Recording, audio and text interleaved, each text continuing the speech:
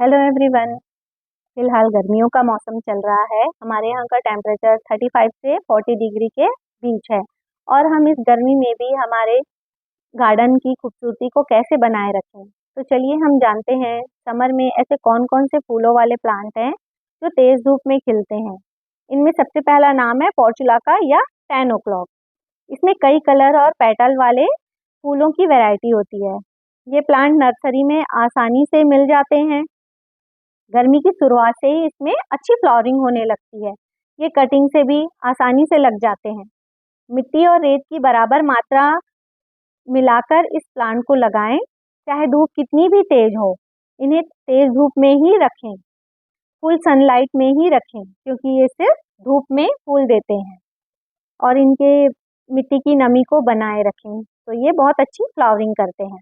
अब नेक्स्ट है हमारा पीस लिली का प्लांट।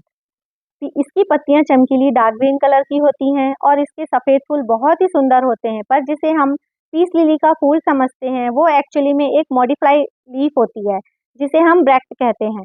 इन फूलों से बहुत अच्छी खुशबू आती है। ये एक एयर प्यूरिफाई प्लांट है। बेस्ट रिजल्ट के लिए पीस लिली को मिट्टी के गमले में लगाना चाहिए।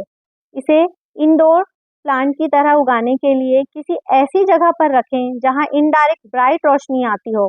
इन्हें डायरेक्ट धूप में नहीं रखना है, नहीं तो इनकी पत्तियां जल जाएंगी। ओवर वाटरिंग और ख़राब क्वालिटी की मिट्टी की वजह से प्लांट खराब होते हैं।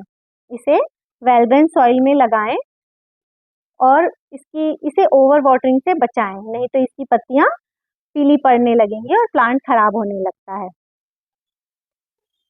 इसकी हरियाली और इसकी खूबसूरती बनाए रखने के लिए वेल ड्रेन सॉइल में ही लगाएं। समर फ्लावरिंग लिस्ट में अगले नंबर पर है एडेनियम। एडेनियम इसकी कई वैरायटीज होती हैं जिसमें कई रंग के फूल आते हैं। सन लविंग प्लांट है ये, इसलिए इन्हें धूप में रखना ज़रूरी होता है। एडेनियम को बीज से भी उगाया जाता है। फ्लावरिंग खत्म होने के बाद कुछ फूलों से सीड पॉट बन जाते हैं। ये इसकी सीड पॉट हैं, जिनके सूखने के बाद इनकी फलियों के अंदर बीज बनते हैं, जिनसे ढेर सारे प्लांट रेडी होते हैं। एडेनियम को ऐसी वेल ड्रेन मिट्टी की ज़रूरत होती है जिसमें पानी जरा भी ना रुके। गार्डन सॉइल, वर्मी कंपोस्ट, रेत को बराबर मात्रा में मिलाकर एडेनियम के लिए सॉइल मिक्सचर रेडी किया जाता है और उसमें इस प्लांट को लगाया जाता है। अब नेक्स्ट प्लांट है हमारा विंका, सदा सुहागन भी कहते हैं। इनकी देसी वैरायटीज पिंक और वाइट फूल खिलते हैं, जो बिना किसी खास देखभाल के भी बहुत अच्छे फूल देते रहते हैं। विंका की हाइब्रिड वैरायटीज भी होती हैं जिनमें कई तरह के कलर्स और पेटल्स वाले फूल खिलते हैं। विंका को बीज से उगाया जाता है। सन लविंग प्लांट होते हैं, इसलिए इन्हें धूप में ही रखना चाहिए और उस धूप में ही रखने से इनकी अच्छी ग्रोथ होती है। अब अगला है हमारे लिस्ट में अगला है सबसे तेज खुशबू वाला हैवी सेंटेड फ्लावरिंग प्लांट है मोगरा। इसे अरेबियन जैस्मिन के नाम से भी जाना जाता है। इसमें सिंगल और मल्टी पेटल्स वैरायटीज के फूल होते हैं। इनको कलम से भी लगा सकते हैं।